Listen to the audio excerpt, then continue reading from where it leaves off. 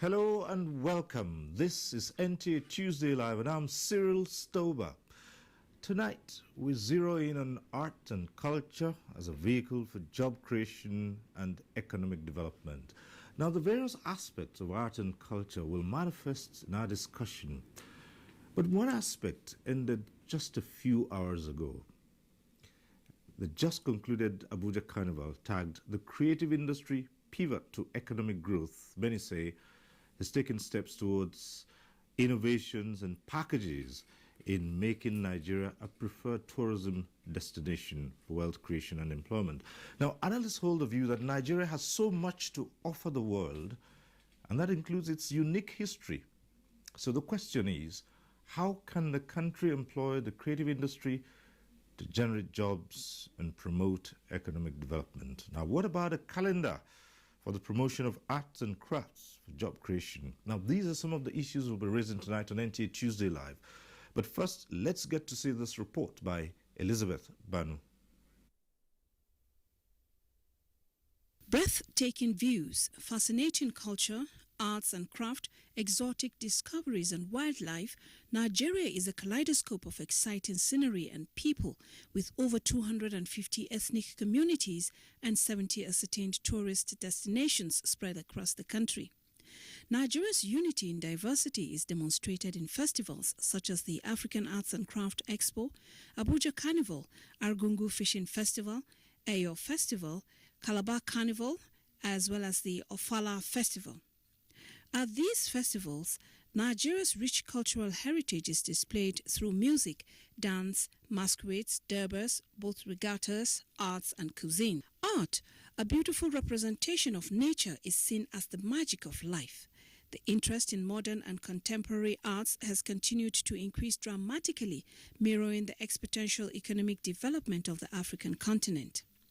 As a visual language which artists use to express their artistic ideas about human experiences, the sector in Nigeria, experts say, has the biggest prospects of generating the needed second stream of income if properly funded.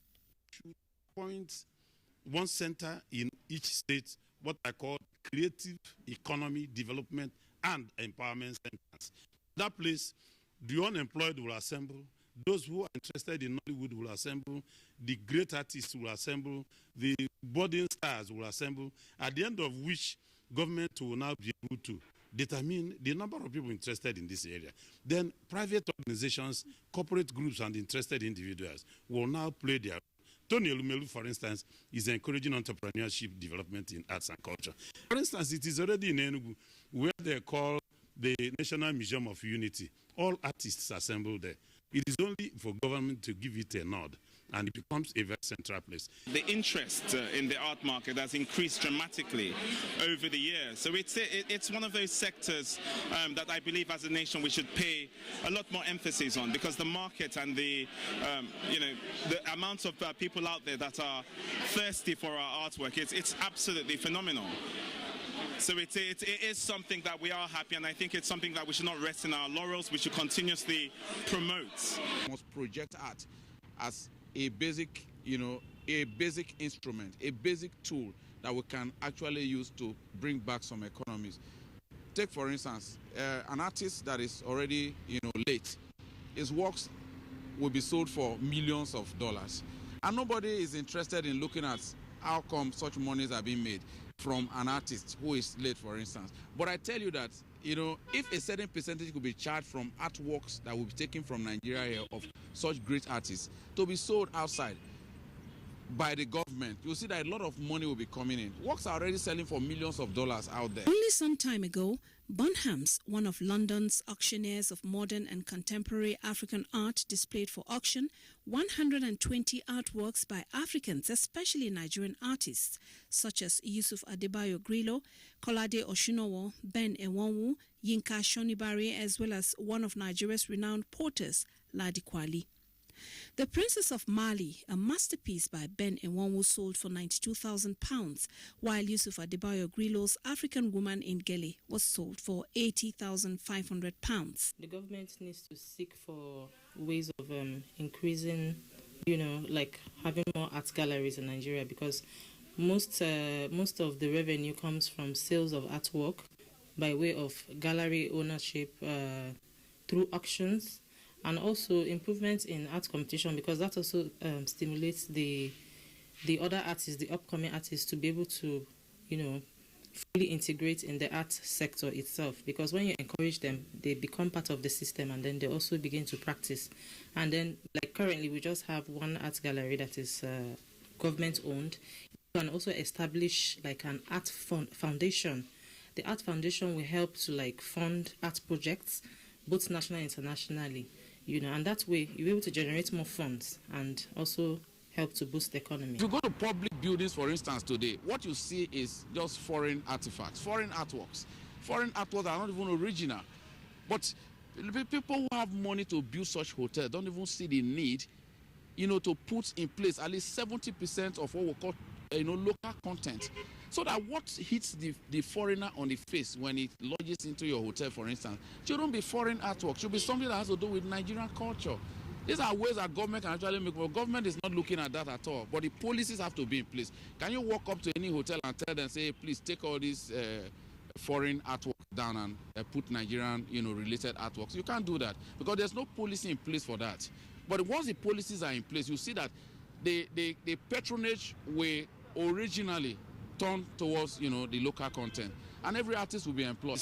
There is opportunity, but that opportunity will only come if you are dedicated and disciplined enough to see through and meet that opportunity. Government's effort at developing indigenous skills and promoting arts and craft right from the grassroots level saw the birth of the African Arts and Craft Expo, which also aims to recapture the essence of Nigeria's arts and craft industry and emphasize its wealth creation potential.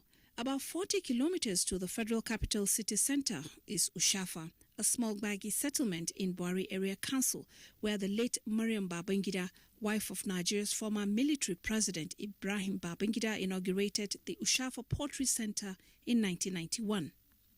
Although the center has provided employment opportunities for the women in that community, the market to sell their finished products is lacking. They also want government to intervene and provide modern facilities to the center to improve their work. There's vibrancy before, actually more than now. The modernization that we are into now is in a way affecting the production and the sales of their products here. Things like plastic items, aluminium items, are competing, even overshadowing the use of our ports. As government diversifies the economy, is the huge potential in the sector really being tapped? Has Nigeria been able to sell its arts and culture outside the country as the British, Chinese, French and German governments have? How does government get the practitioners in the sector to pay tax? All right. Thank you. That report by Elizabeth sets the tone for tonight's discussion.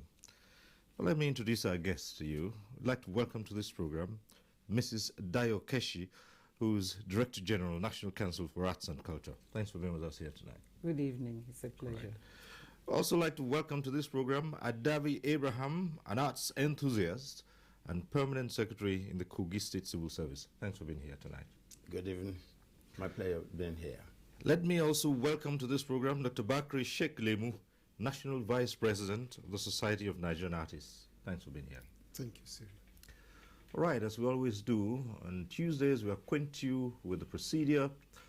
At the appropriate time, you can get to be part of the discussion in the studio. The various platforms will be on your screen. We encourage you to take advantage of them.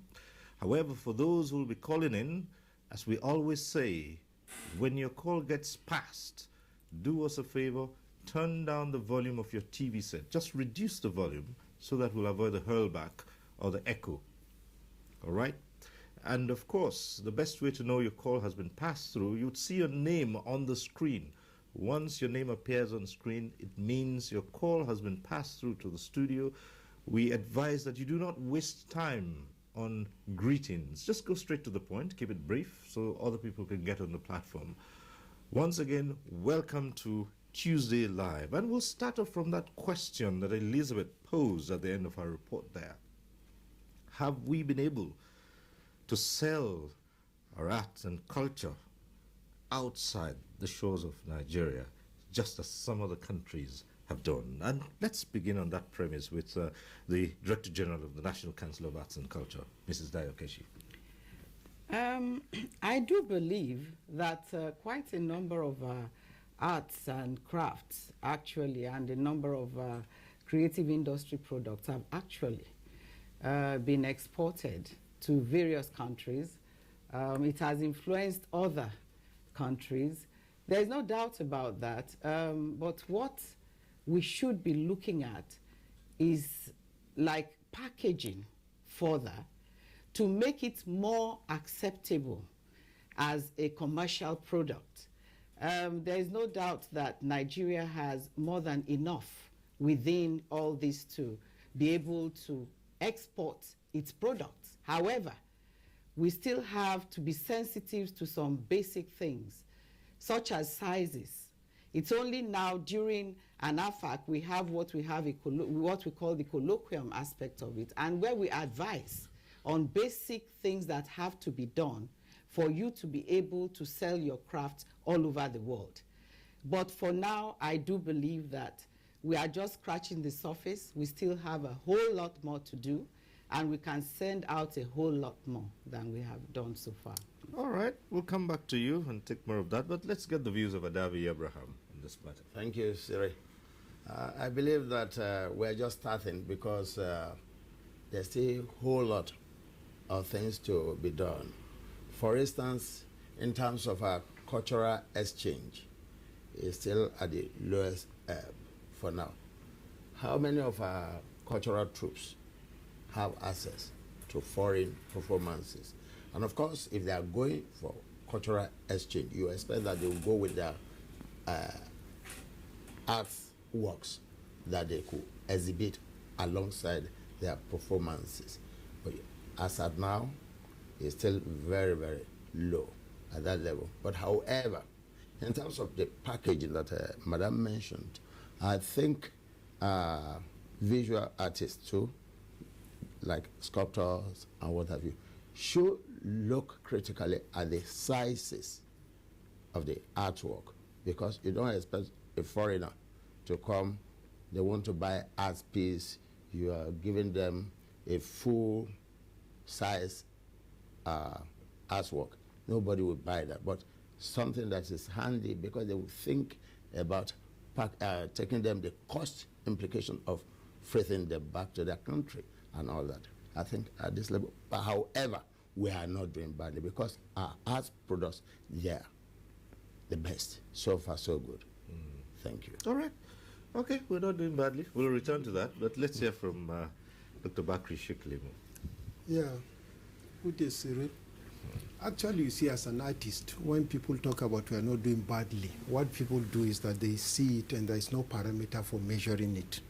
But when you look at the history of arts in Nigeria, the history of our culture, the history of the modern arts in Nigeria, the formal teaching of arts, and the efforts by the government, you know that we are really doing badly. It's just as the DG said.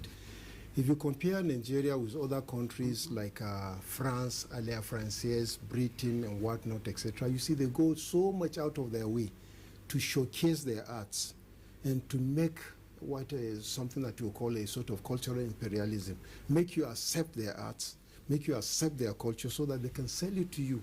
You now look for them to buy it. But you look at the Nigeria scenario, the government doesn't go so much out of its way. And the mandates of the existing agency to promote arts needs to be reviewed, because their mandates is not up to date with what is required. In terms of individual efforts, a lot of people have got galleries that are shipping things out, etc. But most of these things, the success of this depends a lot on what the government has on the ground and how the government gives them the push. But without that push, individual effort cannot go so much. But when you have the government giving the push and the relevant laws and agency put in place, up to date with what is expected, you will see it, because arts still remain one of the easiest way to give people employment. Look at the history of, in those days when the British started, they started with the 3 R's, reading, arithmetic, and writing. Then they added a little C to it. The documentary was talked about Ladi Kwali. How did Ladi Kwali came up? After the 3 R's, they add 1 C. Michael Cardio came to teach craft formally. So Ladi Kwali and the rest were given, a value system was added to it. That from the native arts, they added a little international touch of firing and glazing. But today, where are we? Ladi Kwali's poultry is nowhere. Michael Cardio's poultry has been sold out. Is there in Niger State government? There is no more legacy of Ladi Kwali. So you will see that in some cases, if you look at what the colonial people have done with retrogressed, and why was it that the colonial people put that craft into it? Because it's the easiest way to get people employed, and it's the easiest way where the government can tax them. But here you will see there's a lot of things need to be done, and the existing government agency, they must give them certain mandate that should be up to date. That means you have to review the laws from time to time, like things like embellishment law, etc. All right. Yeah, so many aspects. We'll attempt to take them one by one. But in the background report we watched, we kept hearing talk about a policy not being in place, a deliberate step to tell us about the policy. What do we have right now, and is it adequate? Well, actually, most of the policies we have operating now, like that of NCAC, for example, it has been in place for over 20 years. And we do know, this is not unusual. We do know that when you set up an agency, it's guided by policies. What should happen is that as maybe from decade to decade or every 5 years, there's a policy review to suit the current trend of things in that area. So in fact, I would say that most of the agencies, including NCAC, we are now beginning to look at a situation where we are going to review our policy. It's even a meeting coming up next week to say, let's take a look at the policy and see how we can, for instance, convert this agency from being just promoting the living arts, which was relevant 30, 40 years ago, into saying, yeah, promote, but also generate some income to run both for that particular agency, but most importantly, to enable them achieve what they are set up to do. So yes, I do agree that there must definitely be reviews, and already we are working towards that. Because in NCAC, for example, we do have about 10 zonal offices. And these zonal offices were set up to say, look within your zone where you operate and see the best way to use arts to generate income. Now, that hasn't been so successful in the past because the emphasis wasn't on income generating. It was about showcasing the living arts, keeping it alive. He just spoke of Ushafa pottery and some other places like that, that without the intervention of government and its policies through the agencies, some of those places might be non-existent in the very near future. So to meet up with that, it only behoves us to start looking at the best ways to remain not only relevant as an agency, but to look at the current trend. Because every agency, even with all your zonal offices, you need some budgetary allocation to be able to achieve a number of things. Now, the truth of the matter is that you cannot get it 100% anymore. So if you can't get the kind of allocation you need, what do you then do? You start looking at ways of generating income and using the income positively to achieve that which you are set up to do. Right, and so now we would say this is apt at this point in time. Nigeria has gone into recession, and it's looking everywhere, in every direction, to pull the economy out of the doldrums.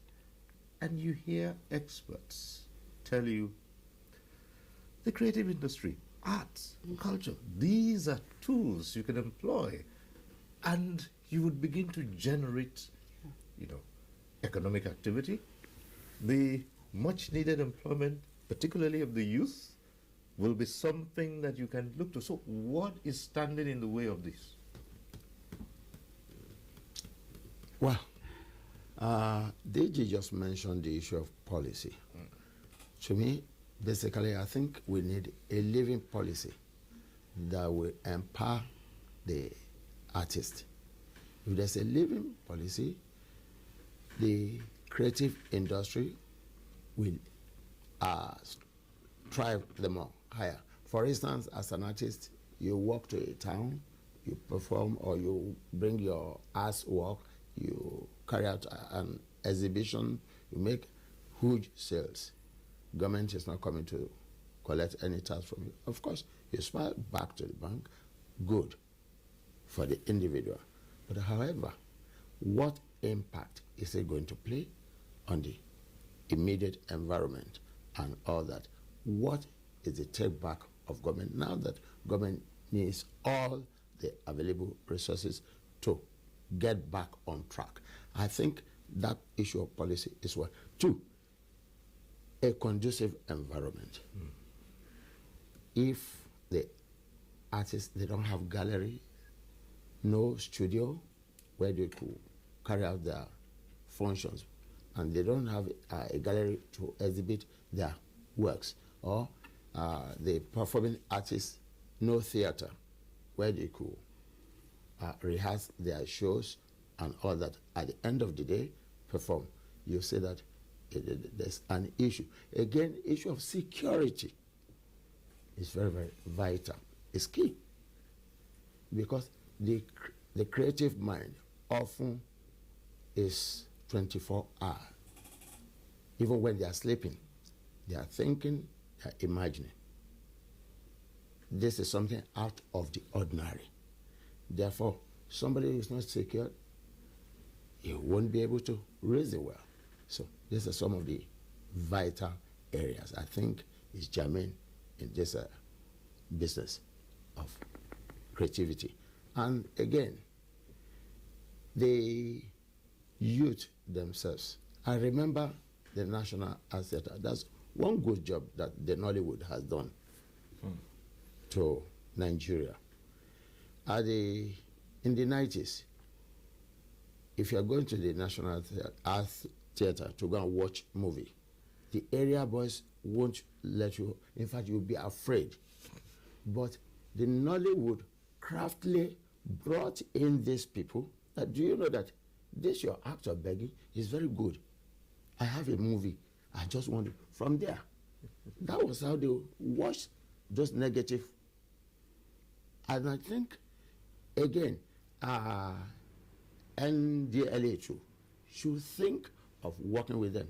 That was how these people started rehabilitating them one by one. They took them out of the street, particularly the Yoruba movie makers. I think if our government should empower the artists, definitely we'll get the right time. We'll explore further film, Nollywood, and music, but I want us to dwell a little bit more on crafts, for instance, because you spoke about that, and it's easy for you to look at so many parts of Nigeria and see the kinds of artworks and the crafts that they have come up with over the years. It would seem that currently things are on the downside.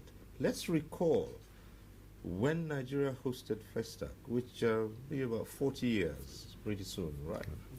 Let's recall some of Nigeria's artifacts that were stolen and taken away, and put that against what we're doing in modern day Nigeria.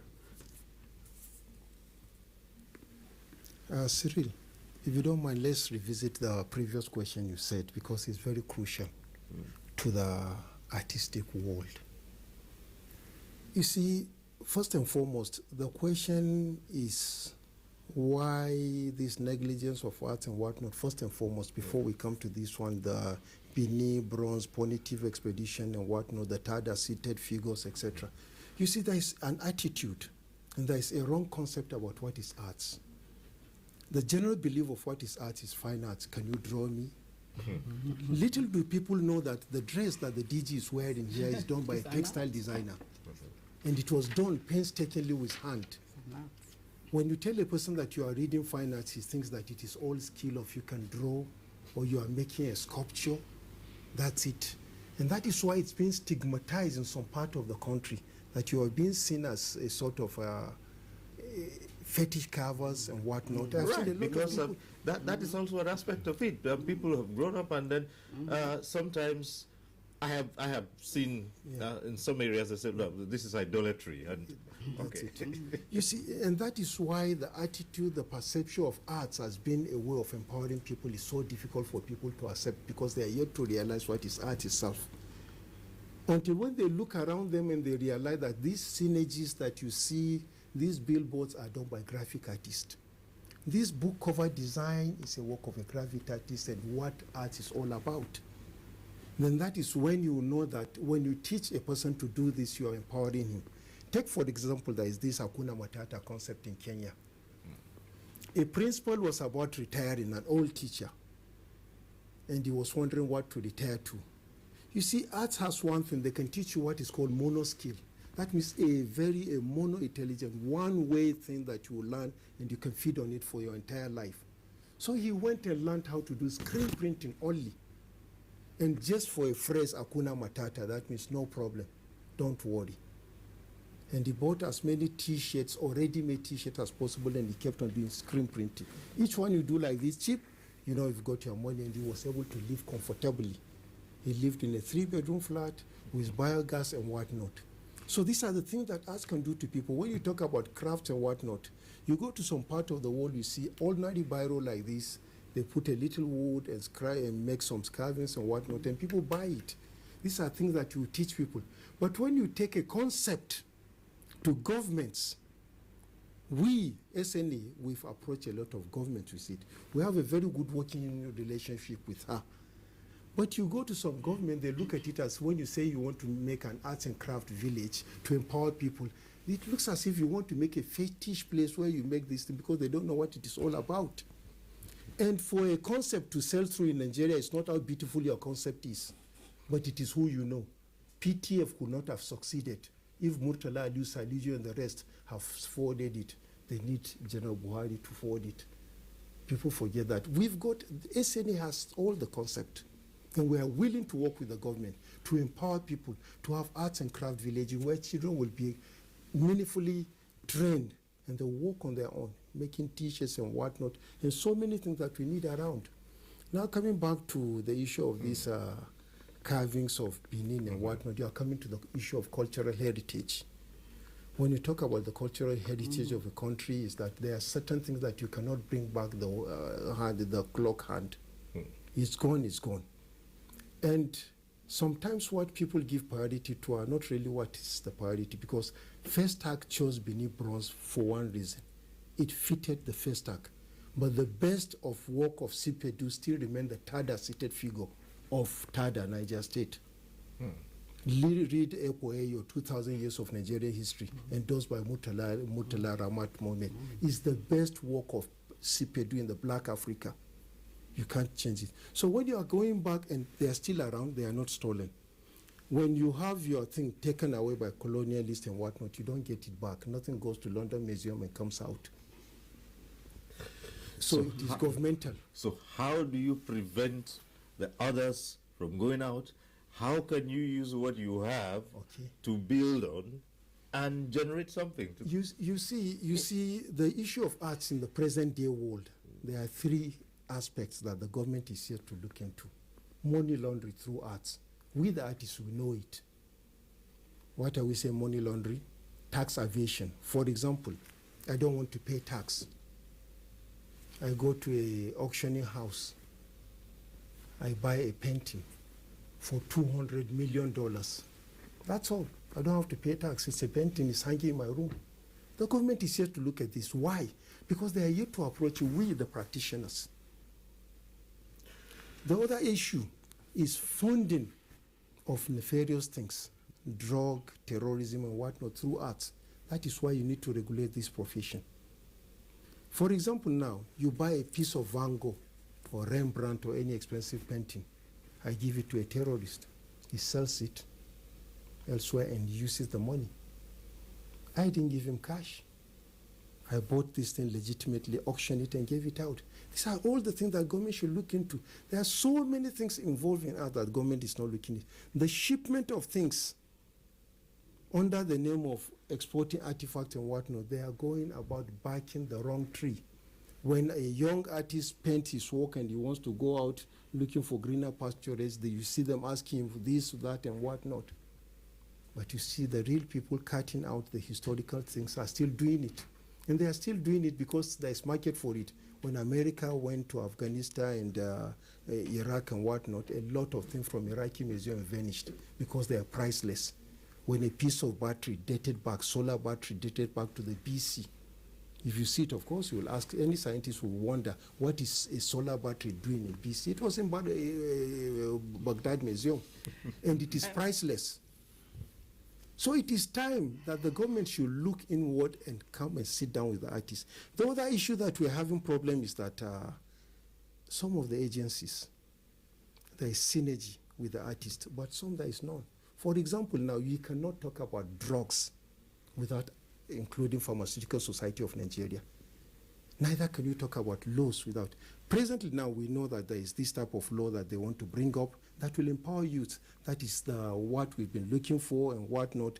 And that means for certain percentage of certain embellishment act. Well, we learned that it is there, but we, the practitioners, we are yet to see it.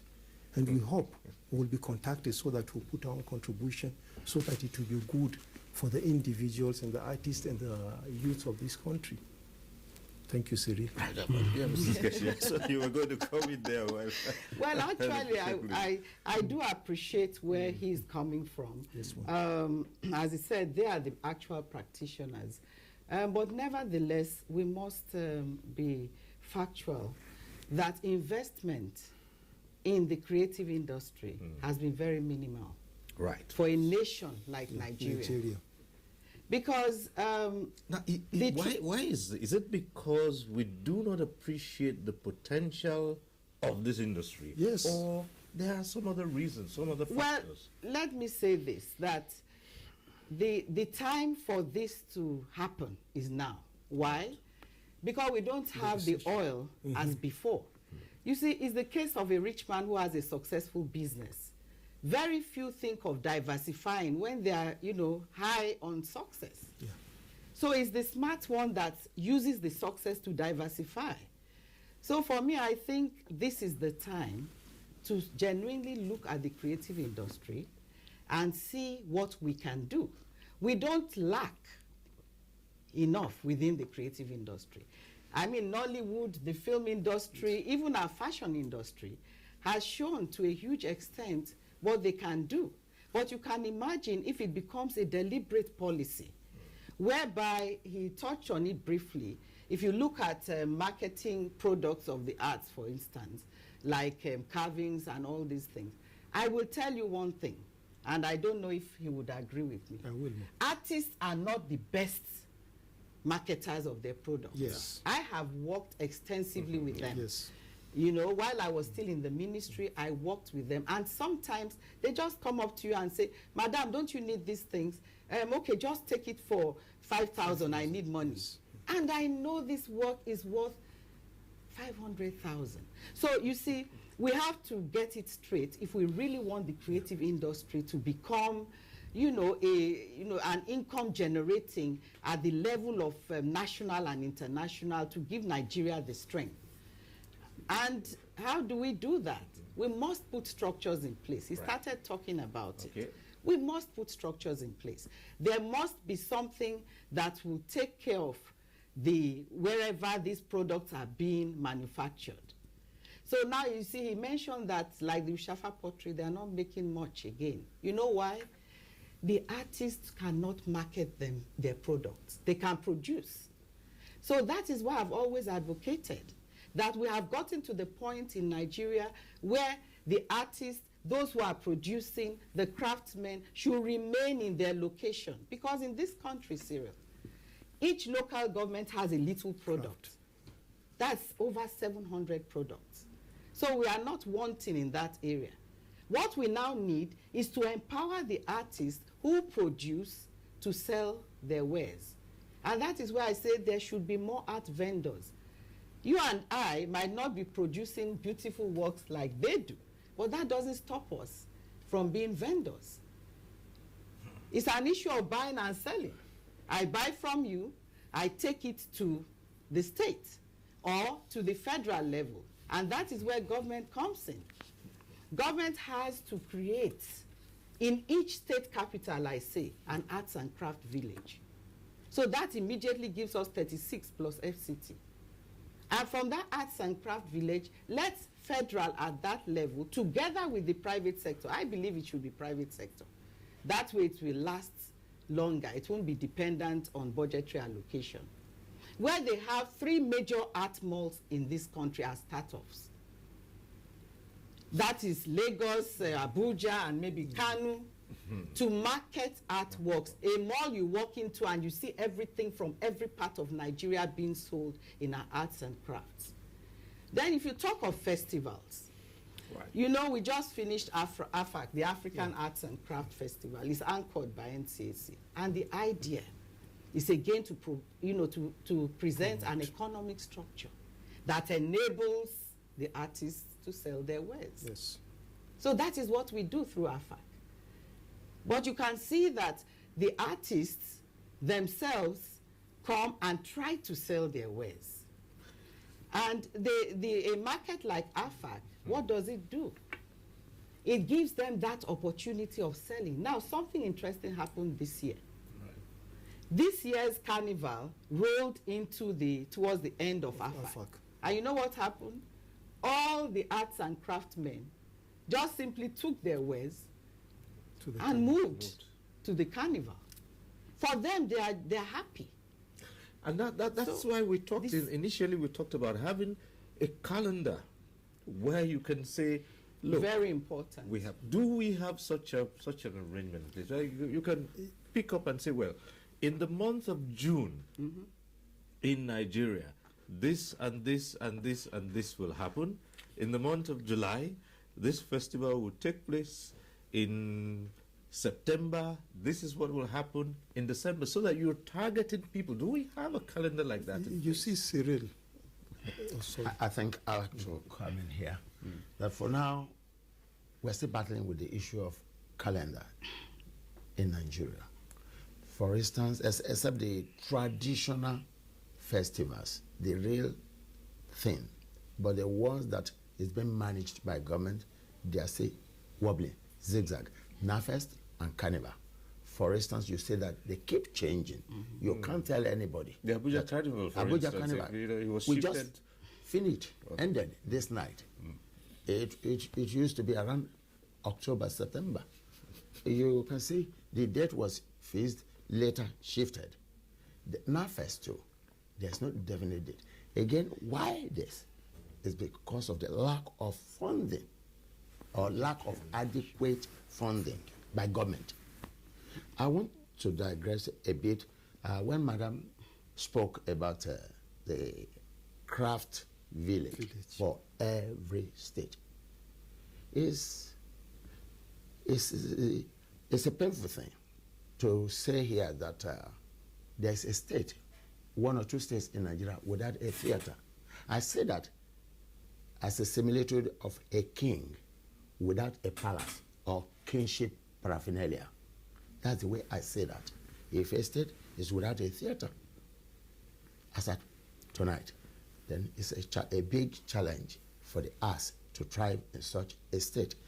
Look at stadium or stadium. Virtually every local government in Nigeria is having one form of stadium or stadia. Why is the arts so neglected? These are some of the issues. When you have artists who don't even have from one under a tree to the other or looking for they don't even, there's no place to preserve their work. That is still ongoing production process.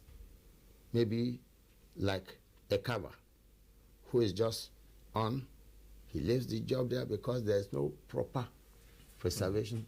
A child will just go, not knowing the value, will even take it away, or a madman. So these are some of the realities that we still have that big problem. But however, the villages, they have their calendars, which is not changeable. I gave instance the Aringia Festival of Ikare in Ondo State. That one, they have their calendar. Their New Yam Festival in Ikare is 20th of June every year. It is feast. And it's fixed. Then you go to Oviosese in Ogori, Kogi State. It's this second Saturday after Christmas. It is feast. So they have this calendar. Okay. But, so all right. the list is endless. Our And phone lines are already open. You see, and some calls are coming in. We have a caller from Calabar. Oh well.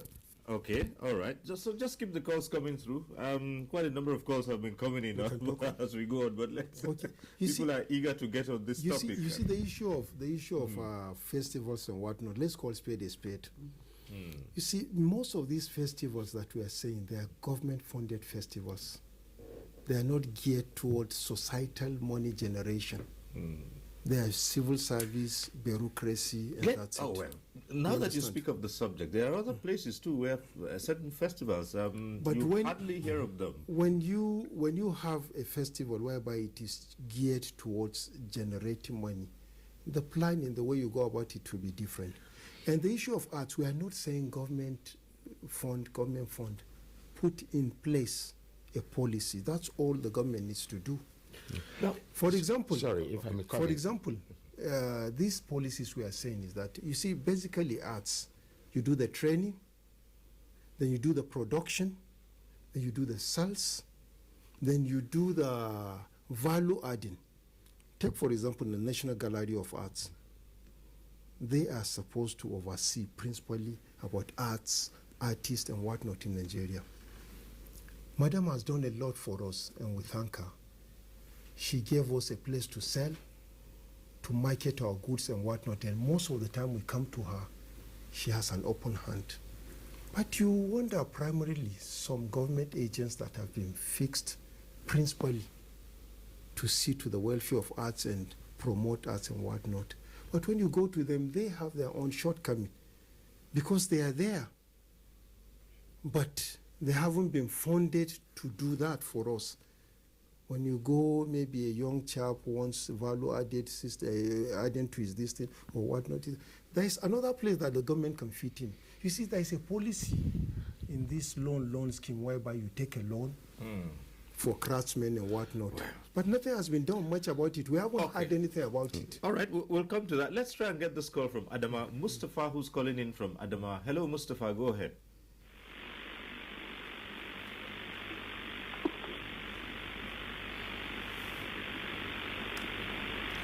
Hello, Mustafa. Hello, good evening, sir. Yes, good evening. Go ahead. Hello. Hello, go on. Hello. Yes, Mustafa, we can hear you. Go on.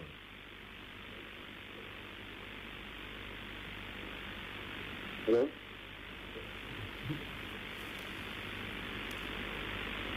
The line is not clear.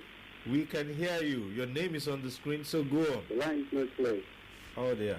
But we can hear you clearly. All right. Okay. So we could, as I was saying, is the policy that matters most when you have the policy in place. The other issue is the one that I started talking about, that you see, MQ Abiola once gave a Yoruba proverb that you cannot shave a person in absentia. Most of the things that people say they do for certain professional group, you have hitches. The bureaucrats feel that it has to be this. The practitioners, the people practicing the profession feel that, look, if you want it for us, it has to be this way. By the end of the day, the bureaucrats have it their own way because they're the one that the government recognized. In certain situations, you have a situation of people who are not willing. The first issue I said about that misconception, there is arts and craft villages. Katsina State has it and it's going on fine. But you go to certain states, you want to sell this idea of arts and craft to people. Like SNA has its own complete package, self-funding of arts and craft. How you will do it, you don't need any much money. We approach a certain state, being on the national TV, I don't want to mention it, And I was surprised that a legislative member of a certain state was telling us that my president, he sent us to, that they don't have money to open a new agency. We are not talking about an agency whereby you have technocrats and whatnot being paid. We are talking about training people, teaching young people means of livelihood, and not even young people alone, even retired people, even people who are still working, who want 1 or 2 ways to. Remember, in those days, women used to do this clothes weaving and whatnot to pay for school fees, poetry and whatnot to pay for school fees and whatnot, trinkets and whatnot, beads. I could remember, as DJ had said, there is no local government, there is no major town in those days that you don't have this art and craft. If you don't revive them, how do you do it? Okay, let's try and get in the calls. We have from Abia, Nana, is it? Yes, calling in from Abia. Go ahead. Oh, one of those nights. Okay. I just want to record the issue of policy.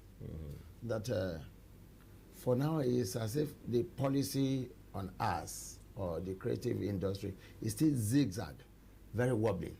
And until government takes it away from the bureaucracy, we will still be finding it so difficult to have a versatile arts in Nigeria. Because like Doctor mentioned, the practitioners and the civil servants or government agents, there's always that friction. Because a non-practitioner who is a government agent recognized by government will feel that he or she holds the arts. So as such, they can do and undo, decide for you, even when they don't know their right from their left on the job. Okay. So those are issues. The crafts area, you go to Ogamnana in Adavi local government, there's this Ododo weaving center there that the Catholic Church employed women, and they were weaving the traditional action, taking them abroad. You see, that's one idea of weaving. But again, back to the phone. We'll get back to you in a moment. From Abuja here, we have a Kingsley. Let's see if Kingsley can get through. Kingsley, hello. Yeah, hello. Yes, go ahead. Good evening. Evening. I just want to contribute a little bit about the topic going on. Yeah, the thing is, our former leaders, they abandoned what they could have done for long, and they start pursuing the oil. I grew up in Kogi State, just like what that man said in Ogamnana. There's a lot of craft things here going on. But some of them say because they don't have the funds to do it. If you go in that place, he's talking about at Adavi local government, there's many talented people who got many things to do, and they wish they have the fund to be better than what they have to do. But the fund was not there. I can say I was among of the people. Government chairman, do other things right. They will tell us there is no fund. So, to me, I think it's time for the government to look down to the people, help them. We, the youth, we after who will ask us, what do you want to do? And when they ask us, what do we want to do, we will not tell them. They will not bring the fund to help us. And Nigeria will be better than now, So I think the government should think about it, how to lay a fund, how to help the youth. All right. So that is what I have to say. All right. Thank you very much, Kingsley. Thank you. Okay. Right. You see, sir. I do believe that this idea of saying help us, we understand the need. But you see, the help really does not come from one source. No. It's a two-way thing. If a young person who is very creative comes out with his works, and then you say, oh, nobody cares or buys them, that is because you haven't approached the right market. We don't have the skill. What do I mean? Again, I repeat, in my opinion, government's role is to provide they say enabling environment, is to provide the economic infrastructure. Yes. What goes on from that point is really in the hands of those who require that structure. And that is why I spoke of the various festivals. You see, when a festival is going on, it's amazing the amount of economic activity at grassroots. You see, the thing about the creative industry is that they don't talk in billions. And these days, if you are not talking in billions, you are not strong. That is not true. For me, it's the creative industry, actually, that creates the real wealth. Yes. Why do I say so? You know, the average person engaged in some kind of product actually is at grassroots. And what do? They go ahead, they produce their pottery or they produce their beads at that level. But you see, they don't necessarily make the best salesmen for their products. And that is why I said there must be movement. We have to move into another bigger structure.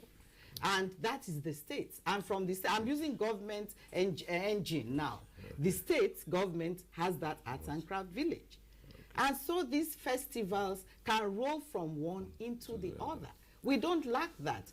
So this income generation at grassroots can only be done through the creative industry. All right, let's return to the phones briefly. We have Abdurazak calling in from Zamfara.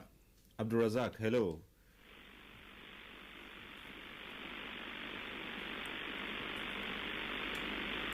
Yes, Razak, hello.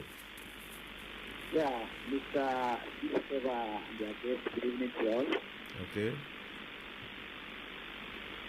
Yeah, can you hear me?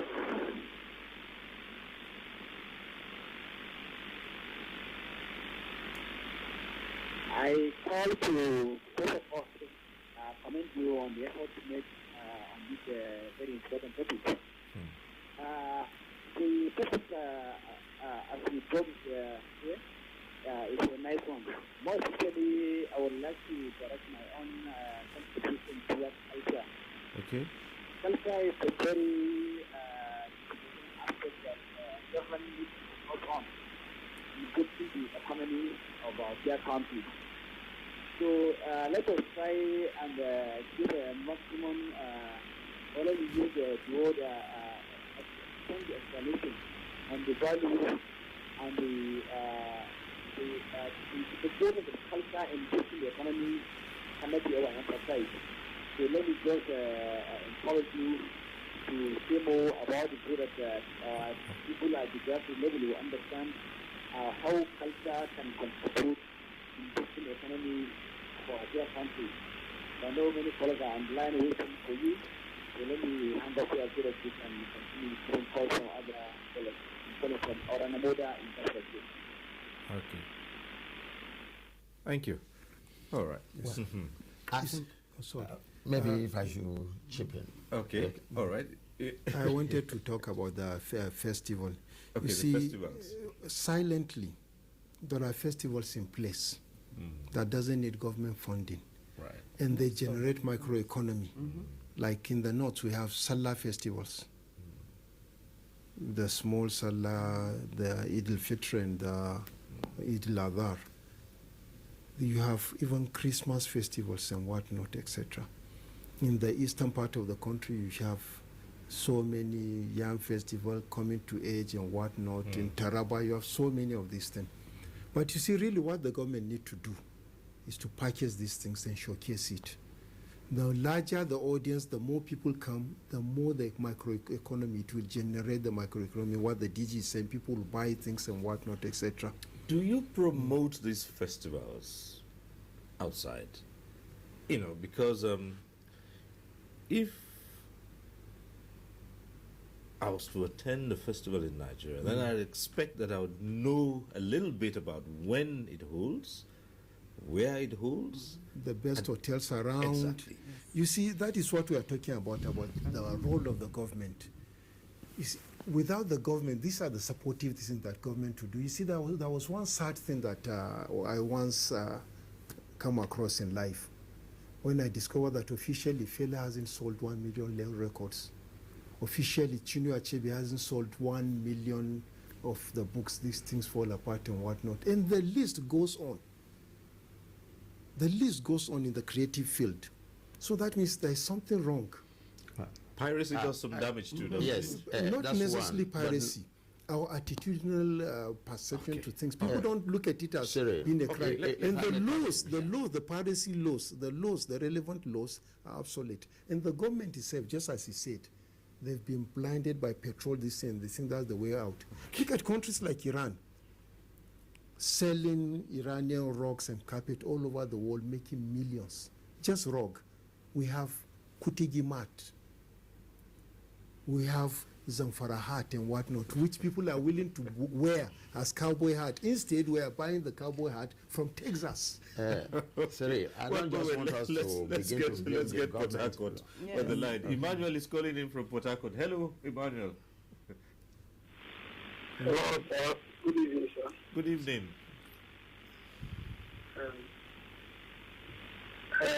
Please, I want to contribute on this topic. Yes, go ahead. What I want to contribute is this. Please, I don't know, either you, whenever you people are discussing something like this, I don't know, either it's reaching the federal government or it's not reaching them. Please, you people should try. Whatever you people discuss and whatever will contribute, you people should try and let the federal government, the president may say no. Because we are in trouble now. What we are seeing is trying. So let the federal government keep on trying to see. We should forget about oil, not oil every time. Everything you people are bringing is a good idea that will help us to youth. It's not by oil. Whenever we contribute something, you people should go and so that we'll put things in order, so that this country will be in peace. Because what is going on now, most especially in Kaduna State, in southern Kaduna, where I'm from, because things are getting wrong there. Let this peace, at least peace reign in this country. Put things in order, not by oil every time. So that's what I have to contribute. Thank you. All right, thank you very much. So what I was saying, permit me to say something at this point. Okay.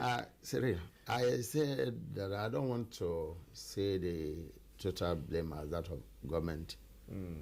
The media, too. Yes, NTA is trying a lot, but at what percentage of the airspace devoted to arts and cultural activities or the cultural tourism? No, I have praised NTA, but how about other medias, down to the print medias? And if they carry out the review of arts, like they just concluded Carnival, what has been published, you will see what a paper carry tonight is what another newspaper will repeat tomorrow. Recycling. They are not approaching these issues from different angles, from the professional angles. These are some of the problems. The publicity is not enough. Again, the arts and craft, or the cultural tourism, so to say, are yet to be tapped at all.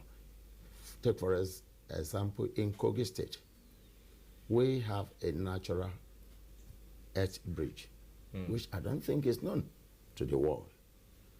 Like the Egunu Koko, the man who saw tomorrow in Ajakuta.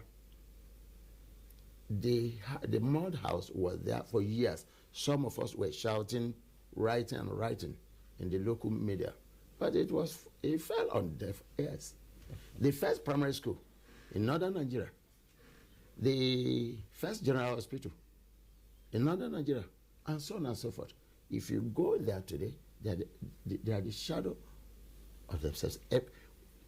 Kudos to the present government that is now taking cultural tourism as a real business. This is why we have this privilege of being here tonight. You go to Taraba, the Soko of the Taraba, where they still have everything dated to the BC.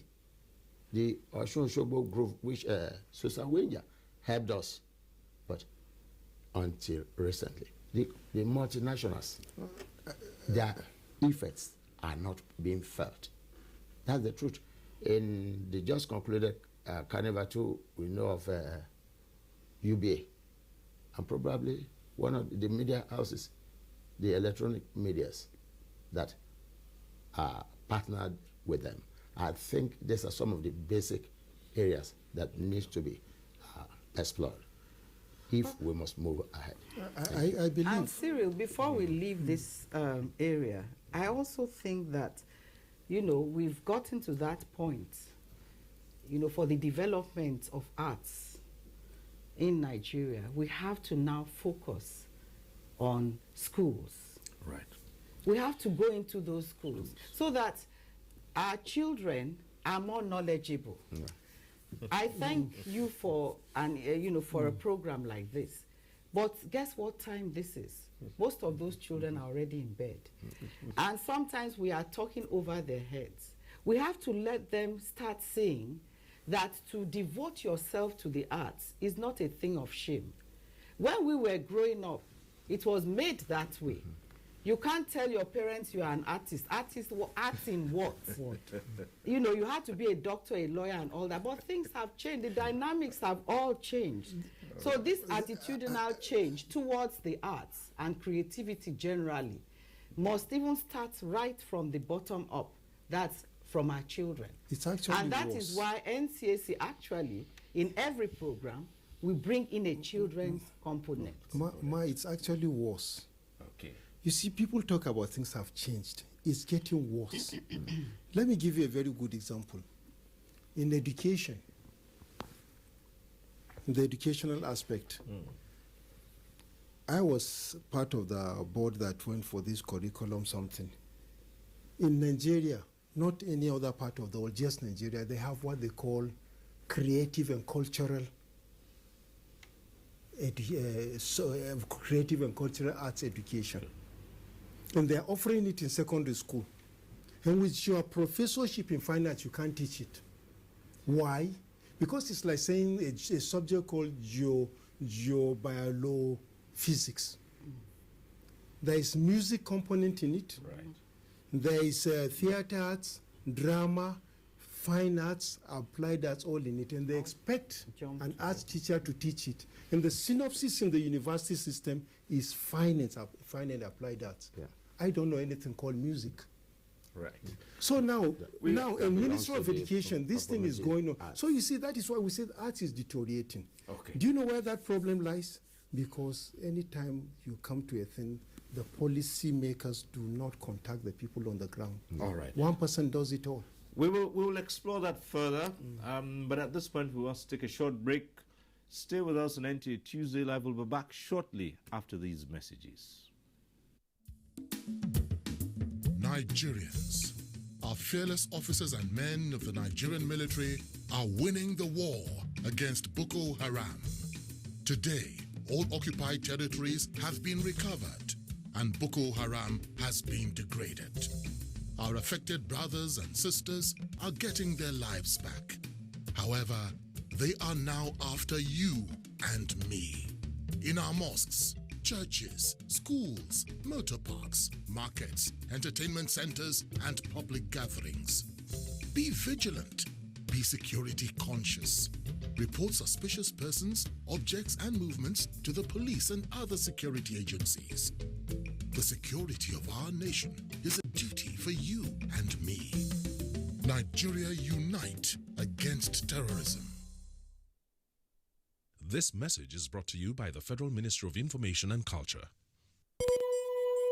The struggle for independence had been a long and tough one. Our founding fathers and compatriots sacrificed their comfort and even shed their blood. We cannot at this point in history afford to spirit away their sacrifices for immediate but temporary gains of today. Let us emphasize what unites and not what divides us. Working for the unity of purpose with a stronger vision for a better tomorrow. NTA, growing with the nation. Nigeria, the only country we can train with remarkable potentials to excel. Let us believe in ourselves and change our attitude for the sake of our country and generations unborn. Let us revive our cultural values, which are our essence as a nation. Let us renew the spirit of patriotism and hope in our dear country. Do not take or give bribe. Be punctual always. No more African time. We can't expect to be global citizens and operate on African time. Join the queue. Insist that people are attended to on a first-come basis, no matter who they are or where they come from. Nigeria, good people, great nation. Make you report any crooked person, object or wakajube movement to police and security agent demo. The security of our nation now work for all of us, so plus including me and you. Nigeria, make we unite against terrorism. Now, Federal Minister of Information and Culture bring on this message.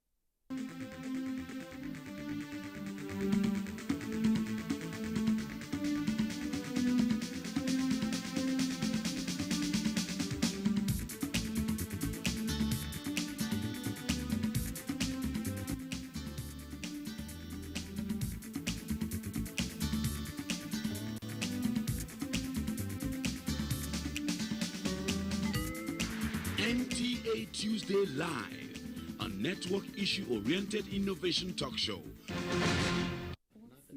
Right, thanks for staying with us. Even as the break was on, we still had so many ideas coming up on how to harness the potential in the creative industry, particularly art and culture, to help pull Nigeria out of this economic recession. So we'll be looking at that, how we can package this so that you can earn money and create employment for Nigerians.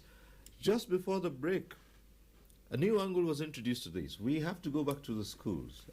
We started off with Mrs. Keshi, and Dr. Shekuli picked it up from that place, that we need to start. If we're looking at using the creative industry, art and culture, to generate revenue, we must even begin to bring it back to the school system, to the educational system, and so people can get more aware of what great potential it has. Yeah. Just as I was saying, when you start with the school, we have to start with the school system, because a subject or a field is being learned formally. But when you start by disintegrating the field itself, by somebody, unknown person, not an authority in the field, and not an artist, not a practitioner, not a prof, nothing. Maybe he's close to the people in authority and decide to sell idea of a subject called creative and cultural education, having music, whatnot, and expecting one arts teacher to teach it. We failed already. Now, there was this good intention by NECO. Very, very laudable attempt by NECO. What NECO did is that they looked at a child, that a child needs certain things. After dropping out, for example, from secondary school, he needs certain things to keep his life moving. So it was a very, very excellent concept, because one thing we do in arts is that if you want to empower a person, you break it down to such a stage that you can teach a person. Like me, I've taught from all levels, from university to primary level. If you bring a child and you want the child to be taught something for skill, we'll look at it. What is it that you can easily teach this chap to make a living with? So NECO broke down some subjects they call it trade subjects. Right. Printing and paper craft, photography and whatnot. But the mistake the schools are making is that they think these trade subjects are meant to replace the main fine arts.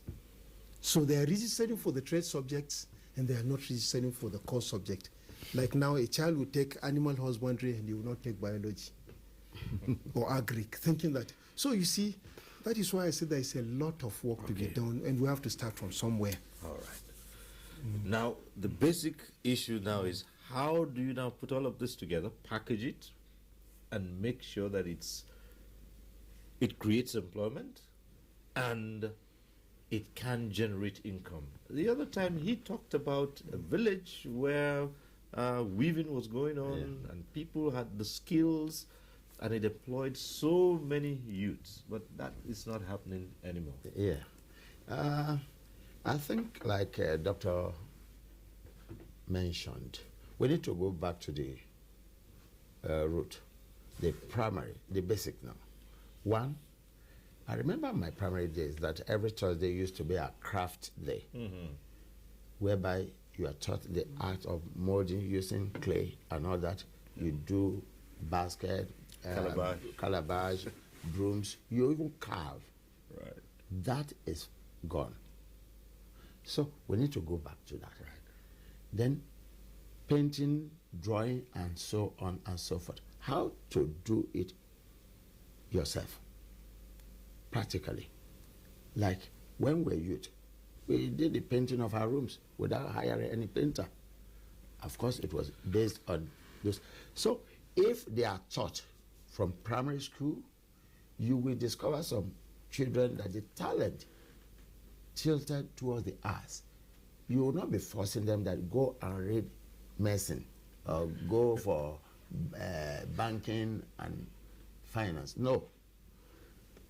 You will see that they will excel. The hand-woven cloth or the pottery still in a place called Ihima, but that one is almost forgotten because nobody, the era of fridge. Okay, you probably cannot produce that in commercial quantity. Yes, not only that. Adverts. It's not happening. Look at that advert. The woman came with the pot with chilled water. The woman just saw it. This infested with germs and what have you when you have a refrigerator. Again, that is where our government should look into. We are giving priority to foreign culture and products than the real thing. And that's equally affecting our... Okay, let's get this call from Lagos. Fortune calling in from Lagos. Hello, Fortune. Oh dear, Fortune is off the line.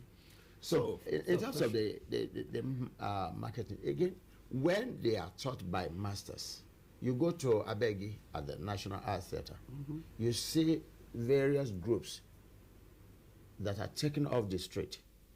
They are there under a master. They are able to do little craft work that they are living on. Some of them are training themselves. Okay. So, but again, there's a whole lot of informal trade that's going on in art and crafts. Yes. And there's no statistics. You can, I mean, it's I do my thing and at a small level, it's not captured. Yes. But that also is some form of economic activity. So how can you now put all this together and have a proper package? You talked about artists not being the best salesmen. Is it part of what they say most artists are eccentric and... I disagree. The reason is this. Okay. The artist, someone who is hungry, a hungry man. No. No, just a minute, sir. Let me learn first. Okay. I know what I'm saying. An artist, an upcoming artist who has no capital. No, I think you are approaching it from a wrong perspective. How? She got it right. Okay. There is one thing. I remember in my university days, you see people come to the studio and they'll be picking things that we've discarded because they are thrilled. They cannot imagine this thing being thrown away. But we who did the thing that we discarded is that we discarded it not because we have no respect for the effort, but we are yet to get the expression we wanted. We felt this is not the inner expression that I wanted, so to hell with it. So such type of thing, for another person, it's beautiful, it's marvelous. And there's another thing, skills. You don't have monopoly of skill. Buying and selling is not the skill of an artist. Worldwide, you look at London, Sotheby's and whatnot, they are not artists. Auction houses, they are not artists. What is their skill? Their skill is how to make money. It's just like football. The footballers are the ones that play the ball, but you don't necessarily have to have a footballer who is the person who is the manager. The manager may have the skill of how to, like musician too. Okay. The promoter may not be a musician. Okay, but just one moment. Let's try to get this call from Kwara. Abdurazak calling in from Kwara State. Hello. Hello, Abdurazak.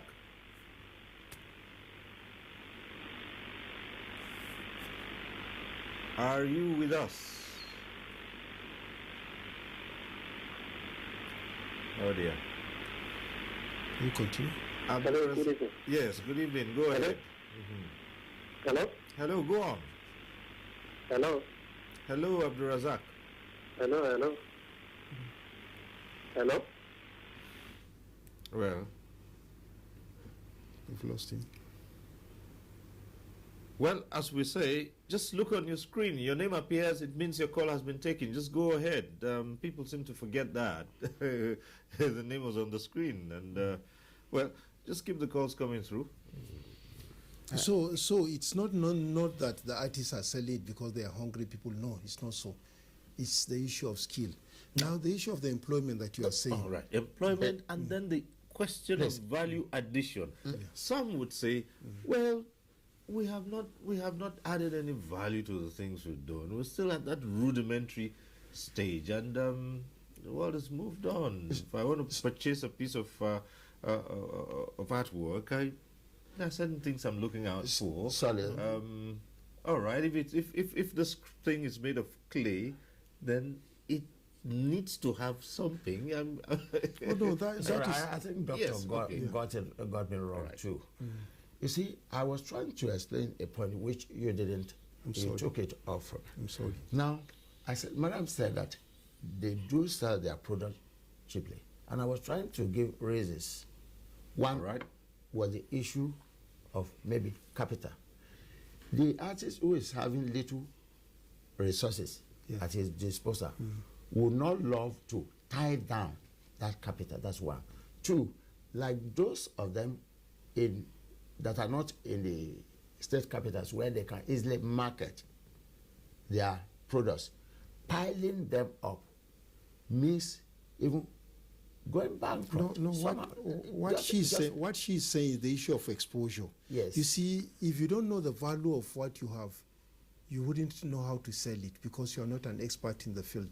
For example, if a person doesn't know the current arts market, take a tailor, for example. A tailor sew your clothes, no any extra work or whatnot, etc. in the village, just machine work, nothing more. He will say 70 naira. 700 naira maybe at most. But if he should move to a bigger town and you know that they will buy this in 3,000, of course he will take the 3,000. That is what he's saying. These big international marketers are taking it out of the shores of Nigeria to where it has value. But you are not aware, you the artist. Let's quickly try this from Jos. Sunday from Jos. Hello, Sunday.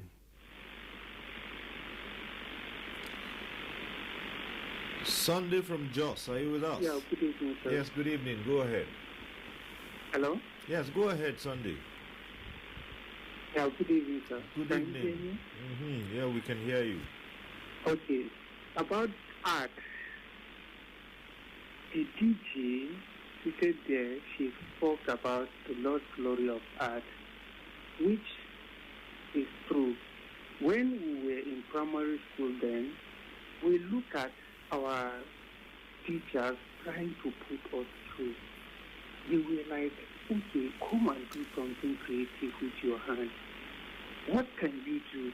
But the children of the well-to-do class, if I may put it that way, so they were they will go to the market and buy something and bring it to the school, which is not proper. It is not encouraging.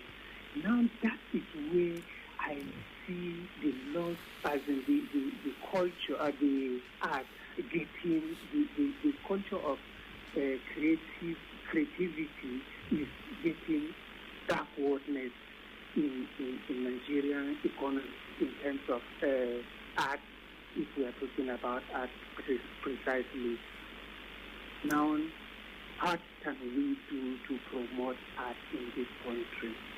Promoting art, I think government has to do something, as in to create a level playing ground, so that what I'm trying to say here is about the issue of marketing. You have to buy from these producers so that at least you encourage them, encouraging them so that they will excel.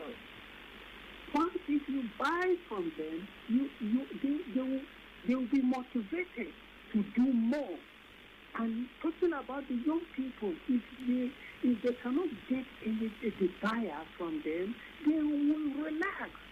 So what are we doing? What is the government doing about this thing? Create an enabling playing ground for them to excel. Thank you. All right. Thank you very much, Sandy.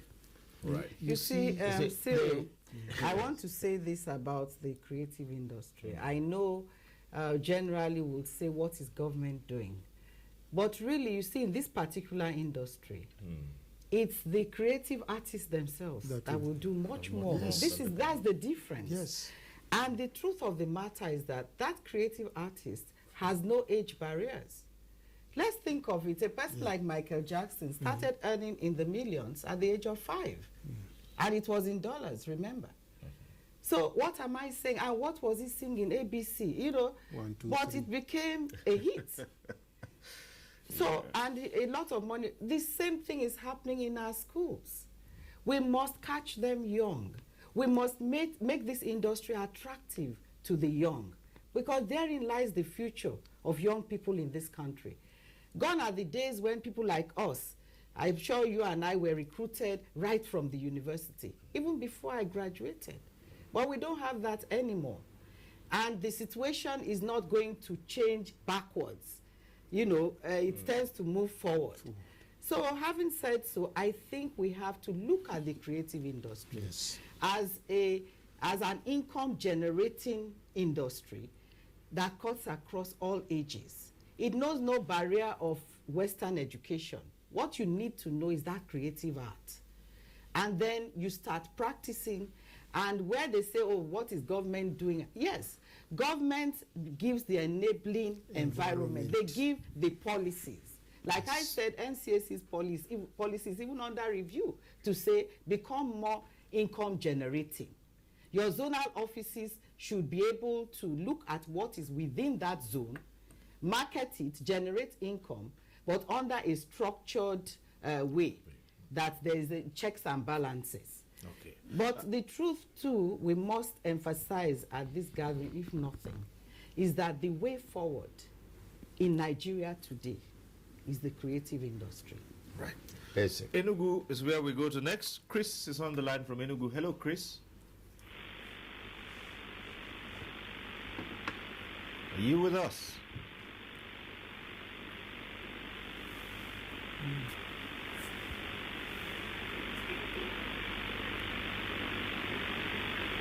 Hello. Yeah, hello. Yeah, I'm Chris from Enugu. Yeah, go ahead. Are you hearing me? Yes. Yes. Are you hearing me now? Are you hearing me? Yes, Hello? yeah. Are you hearing me? Yes, you can see me nodding. Hello? At least, you know, your name is on the screen. I'm nodding. Yes, Yeah, I can yeah, hear yeah. you. Yes. Yes. Yes. Yeah, I'm hearing you very well. Yes. Yeah. You know, no, yes, I'm speaking on. Yes, yeah, yes. Now, you know, this art has to do with creative ideology. Are you hearing me? And those people in the rural area need to be empowered. You cannot, you say that you are there, nobody will know that you are there. Now, you have to diversify. You don't have to base purely on oil. You have to have what is called mini festival of arts and culture, mini festival in local government at the first quarter of the year, maybe. Then the second quarter at the state. Then the last quarter we do at Abuja. And I would like if government will look down and ensure that those people who are in the rural areas are empowered and give access to it so that they can come to the urban and they see whatever they produce. They should be given room to see their product at the international fairs where foreigners will come and look at what they have produced. Because countries can boast of what they have, where they have competitive advantage. So the foreigners may cherish whatever they have produced and demand for that. Let us not only depend on oil. it will help to create more job employment, and the development this will be there. Job creation and development will be there. Thank you very much, and I still remain Chris from Enugu. Okay, right. Thank you, Chris. All right. Chris just mentioned the issue of festivals in local government as well as state and national. I think let's just take the carnival again, or NAFEST. You see, it has a natural way of building market around itself.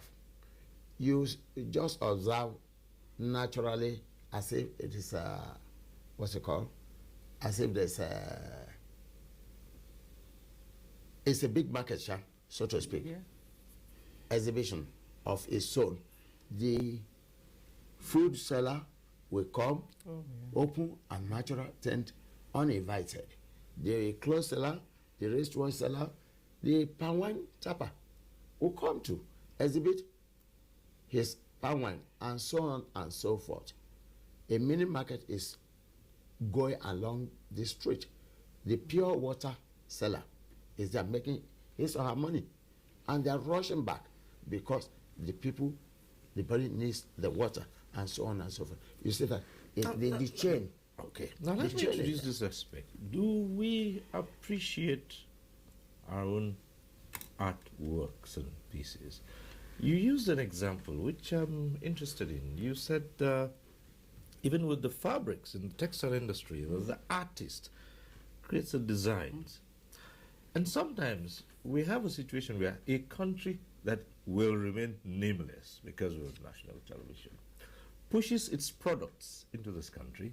We do have people who are in this industry here, the tailoring business, but you find that the kind of value they are, we don't get it. And so people say, look, they prefer to take what comes from another country because we have not been able to put some finesse into what we produce. Is that valid? You see, Cyril, three things are involved in that. First and foremost, you don't impose aesthetics on a person. Every person, every culture, every society has its own taste. But aesthetics is a part of art as well. It's part of art, that is it. Second thing, you see, there is no free meal. These countries that are bringing things to us and you are accepting it, it wasn't a one-day walk. A lot of things have been put into it. Take for example, that typical example that I gave. A friend of mine who was in Loughborough University in Britain, there was one day that they were, wear your native dress. Then some Africans were wearing this Mexican cap or this cowboy cap. Then the people were telling them that this one is made in so, it's not African. But before you know it, you've accepted it. Look at the heads of a lot of people in Nigeria. They are wearing the Malaysian caps. These things are not Nigeria. So you see, sometimes there is this appeal of aesthetics, which you cannot stop, quite all right. The only way you can stop it is through deliberate effort to bring out that consciousness for your people. You see, the third aspect that is there is that when you talk about arts and whatnot, as I said earlier, people just always focus on fine arts. But the two major components of arts, visual arts, is fine and applied arts. Applied arts is aesthetics plus functionality. For example, this piece of glass, this is not arts because it's went through marketing, industrial process and whatnot. But when you look at ceramic pieces, the principal purpose of the ceramic pieces is functionality. Then you add taste of arts in it. What used to happen in most of these our local industries, that they don't add value to it. Right. There is that one. For example, let me give you an example with myself in my own locality. When I was a child, I used to see this glass work of snake in my town. Now, as an adult, that glass work of snake is still there. Who needs a snake, for goodness sake? Exactly. So you see, the artists themselves, the craftsmen themselves must change. Move. Okay, I'll just ask you to pause a while. I'll return to that. We have Hafiz on the line from Kwara. Hello, Hafiz. Oh dear, Hafiz, your TV volume is so high I can hear the hurl back from here. Oh dear. Good evening. Good evening. Good Turn evening. down My the name volume is of your Hafiz from TV. Kwara. Turn down the volume of your I TV. just want to, yes, I'm with you. Let me reduce the volume. Are you hearing me now? Yeah, sure. Yes, I want to just make a comment. I agree with all the girls in the house there.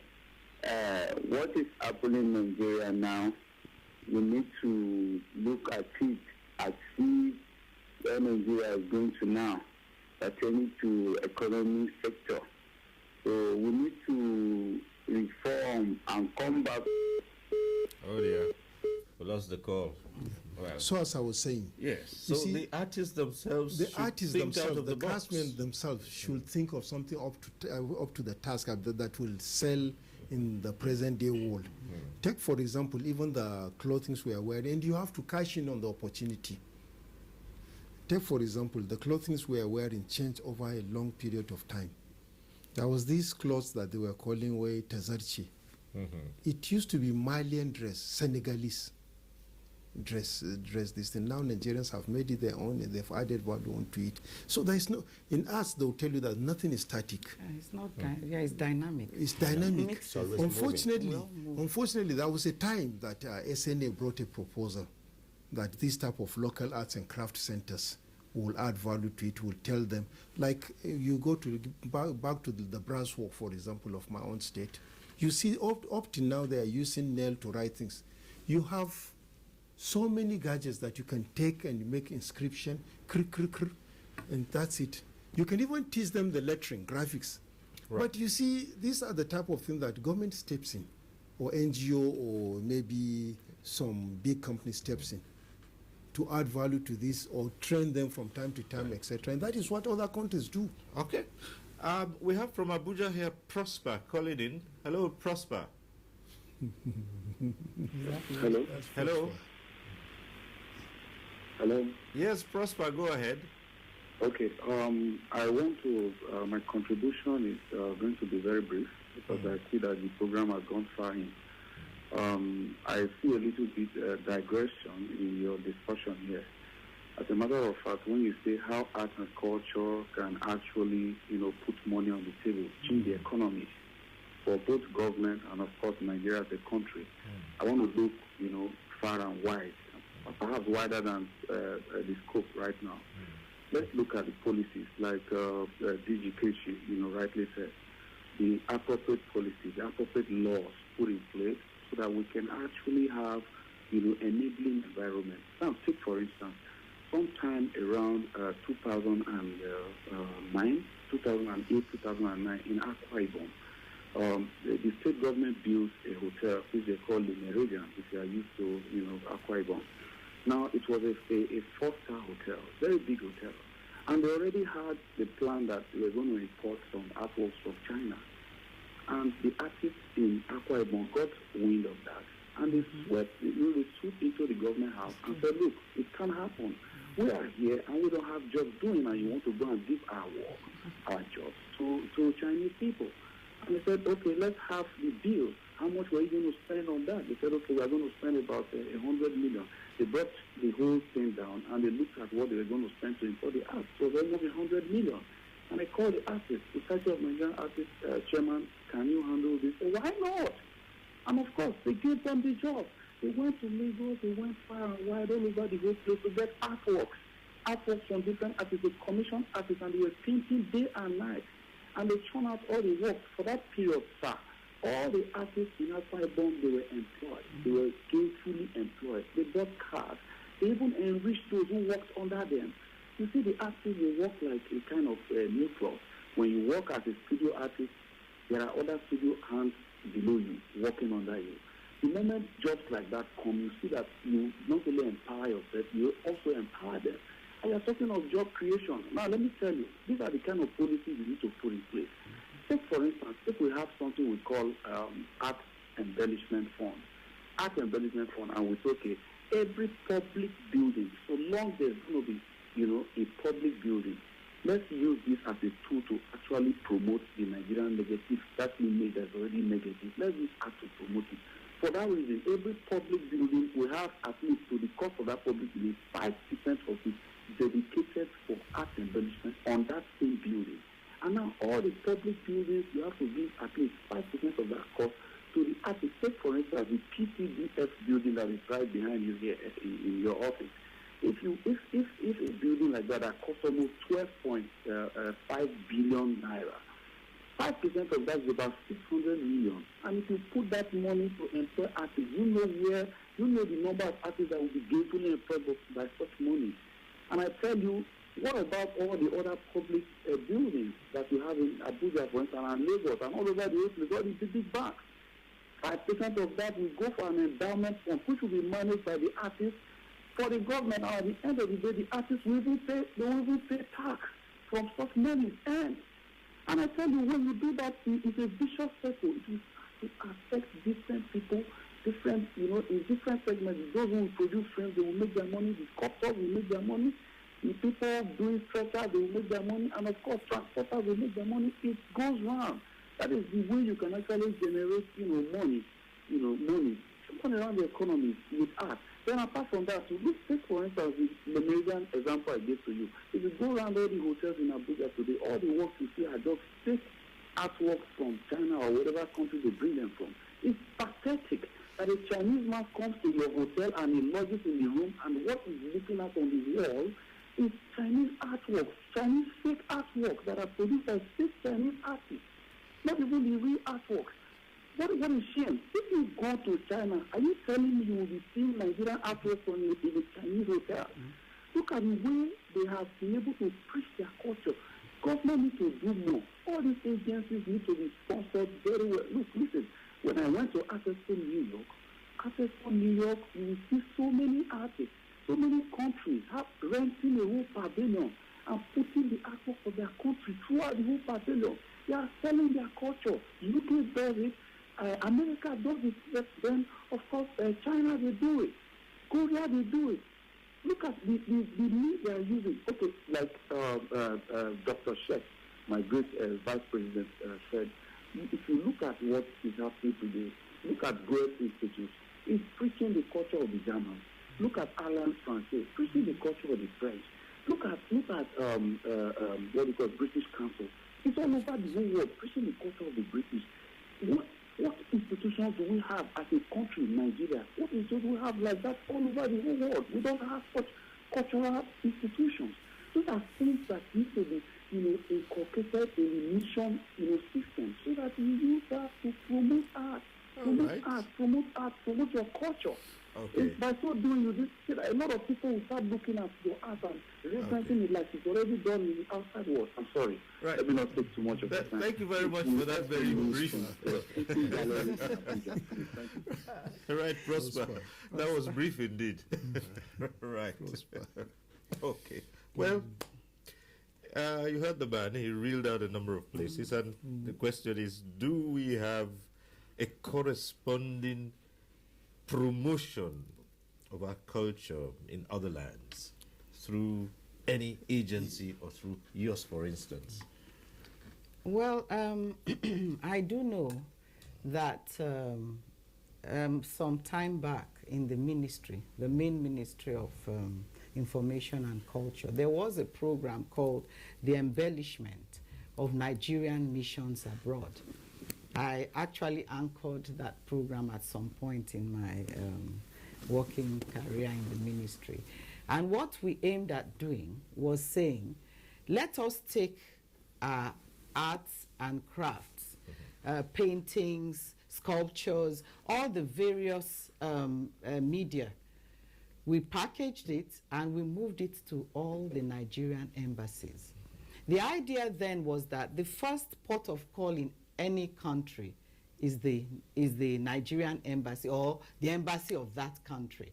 And we actually succeeded in embellishing, I think, well over half of our missions abroad. And what that did, it had a two-pronged effect. Number one, we took down all the Nigerian paintings and artworks. We substituted the works from Nigeria. And that's the way we exposed quite a number of your members. I don't know if you recall that time. Because I always made sure there was a short note at the back talking about who the author is. And I will put the name, I'll put the phone number, and even the email for those who had before we put it in the missions. And when visitors come in, they start experiencing Nigeria right from the reception. And, you know, I thought it was a very effective way to move Nigeria into all the space already occupied by our embassies anyway. So what we have done is also promote the arts through that medium. Indeed, let's be truthful about one thing. In order to actually get the best from any industry, there must be massive investment. All we are saying in the creative industry is that it might not be in the multi-billions, but there must be a conscious investment into the industry in order that, you know, we could expand on what the industry stands for. Because sometimes we all assume that everybody knows what we are talking about. It's not really so. It's amazing that, you know, my husband, you know quite well, you know, said to me, thank God I'm married to you, because I have never looked at the arts industry the way you describe it to me. And he is quite learned, as you well know. But the truth of the matter is that we haven't really taken this industry seriously. Nollywood did it through their own determination. Yes, government later supported. All we are saying now is we don't have to go through that long route. As he has said, basic policies should be put in place. But even while we are doing that, right from schools, I keep going back to the children, right from schools, there must be some kind of deliberate policy that makes it as integral as studying the sciences was at one point in our history. So that way a child starts earning from when he's even in primary school. Why not? If he has the gift, just guide him and let him start earning his own money, even to pay his fees, if possible. Because you see, one thing we don't realize in a country like Nigeria, that you see in our diversity, therein lies our strength. Therein lies the huge heritage we have in this country. So until we begin to see it as strength, until we begin to safeguard it, promote it, project it, and make it an icon of who we are and what we are, even to the world, you know, we will not get the kind of full effect that the creative industries can actually give to this great nation of ours. So what we try to do in NCAC, I repeat, is to provide this structure. You see, government cannot be the one to provide the structure and then implement everything. No. That way it will not live long enough as we want.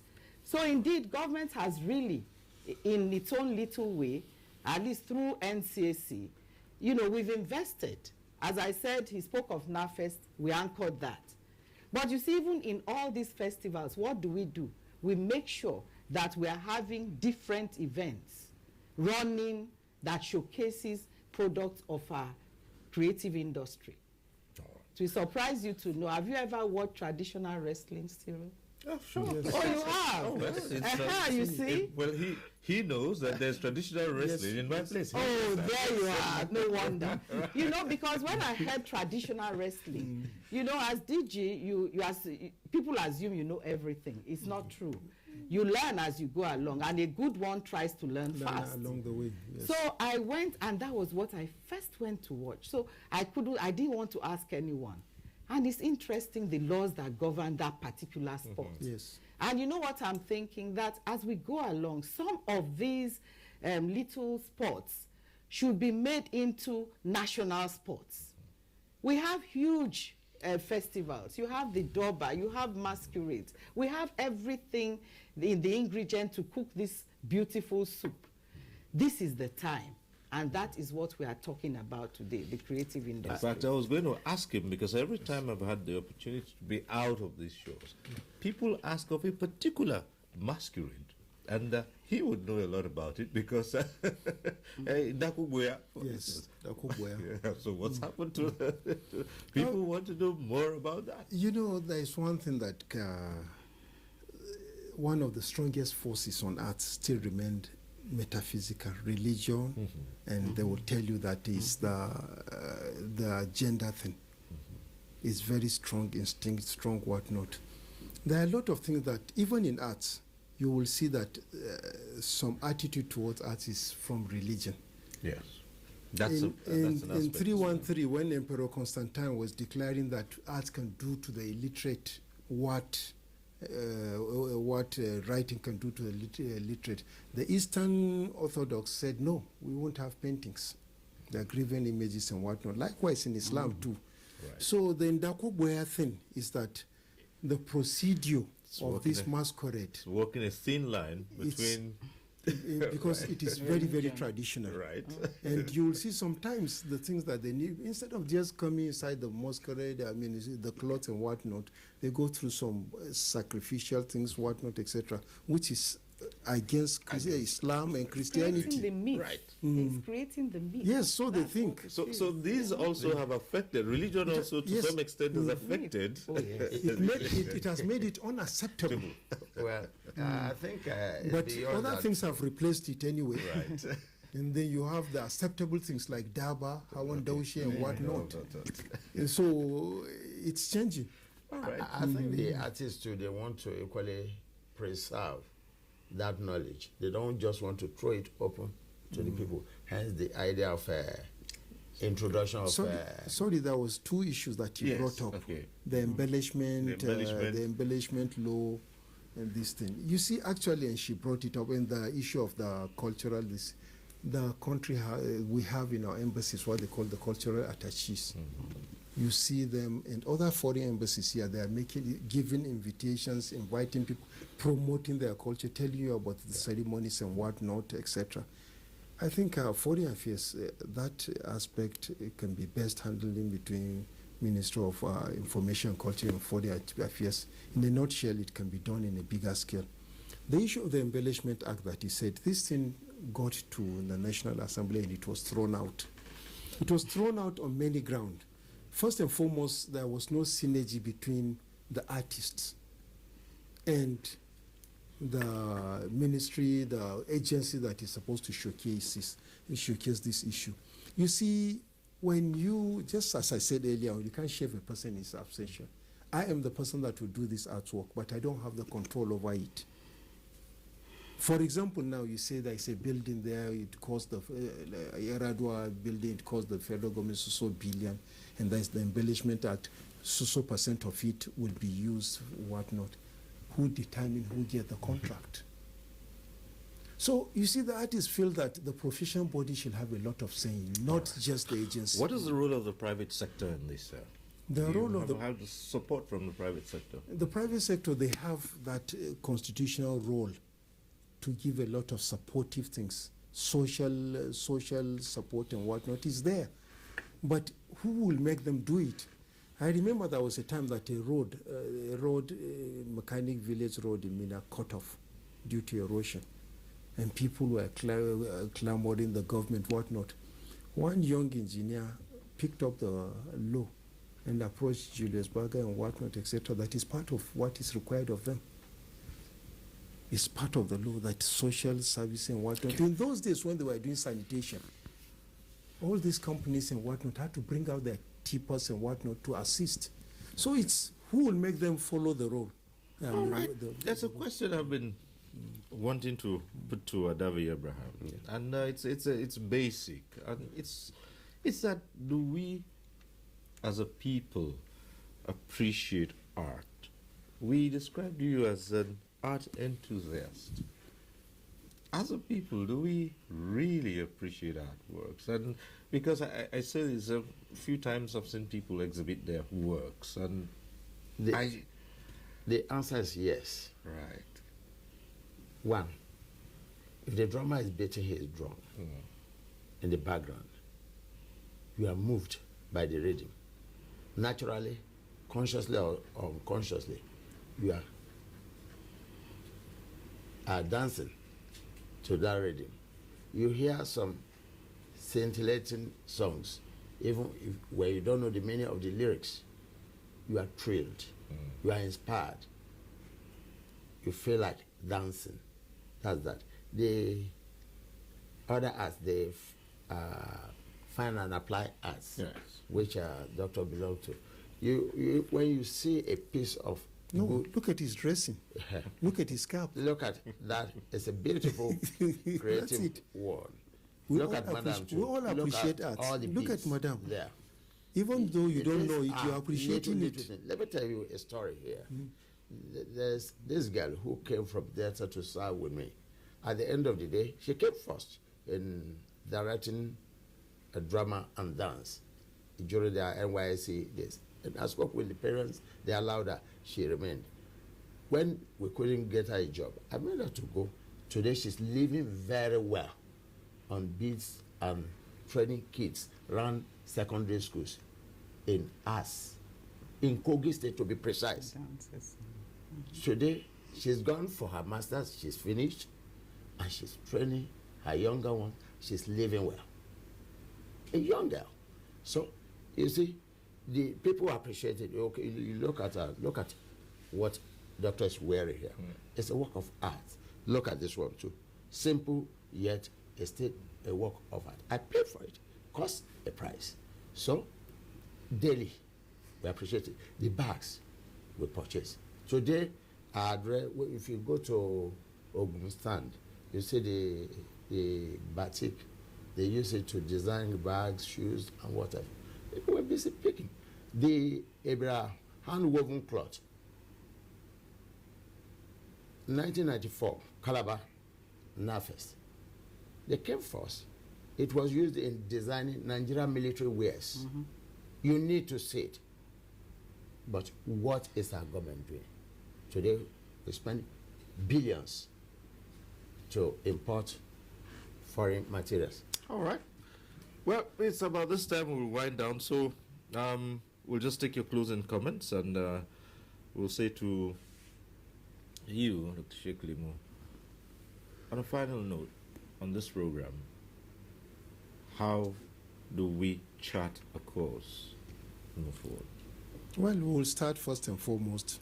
What is doing fine. It's good that the government agencies and the professionals should sit down and have the interests of the country at heart, so that they will come with a very good policy, very amicable, that will sell people through. It's just like the building industry. The architect doesn't take it all. You consult this, you consult that. I think that's the way forward. All right, Adab Abraham. There should be a stronger synergy between the government at different levels and the practitioners. That way, again, our tourism aspect, we didn't really... Yes, because that was deliberate. We said we would stick to art this time around, because it's really a very wide subject. Very. We have music and dance, even cuisine. We can capture all that in one program. So we said, let's look at art. Thank you. Right. I think we are moving. We have started, and I want to believe that we'll be there. Thank you. And finally, for Mrs. Dayo Keshi. Let me just give this part in short, please. The creative industries create jobs. It contributes to the overall well-being of communities, individuals, and improves the quality of lives. It makes it possible for government to achieve policy of inclusion and sustainable development. That is key. All right. Well, and it is on that bright note we'll have to round off this program. As I always say, no one program can take care of all the issues on any topic. So we'll leave it for now. Some other time we'll come back and revisit this issue. We hope we'll have you join us again and explore how this can contribute to developing the Nigerian nation. And I would like to say a big thank you to all of you. Mrs. Dayo Keshi, Director General, National Council for Arts and Culture. Well, thank you for being here. Thank you. We also say a big thank you to Davi Abraham, Arts Enthusiast and Permanent Secretary, Kogi State Civil Service. Thank you for being here. Thank you. And for Dr. Bakri Sheikh Lemu, National Vice President, Society of Nigerian Artists. Thank you for coming. Thank you, sir. All right. That's our program. Thank you for being part of it. Next week, we'll reach you again on NTA Tuesday Live. I'm Cyril Stober. Bye for now.